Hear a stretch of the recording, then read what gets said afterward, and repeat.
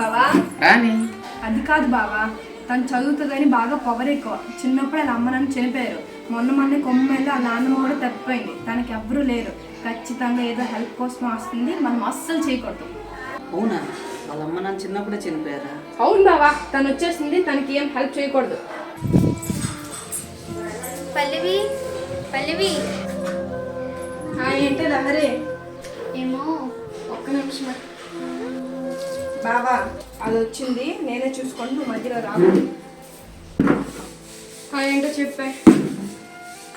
అది మా నాన్నమ్మ తప్పిపోయింది కదే. ఉన్నదా పోయిందా? నాన్నమ్మ ఇంకా రాలేదు, ఇంట్లో బియ్యం కూడా లేవు. అయితే ఆకలేస్తుంది, కొంచెం అన్నం ఉంటే పెట్టవా? అన్నమా ఇప్పుడే తినేసామే, గిన్నెలు కూడా తోమేస్తాం. సాయంత్రం నేనైతే పిలుస్తానులే, నువ్వు అనుకోకు. అవునా, సరేలేవే. అన్నం కావాలంటే అన్నం, క్లాస్లో ఎంత పొగరదొబ్బిదో పోవే.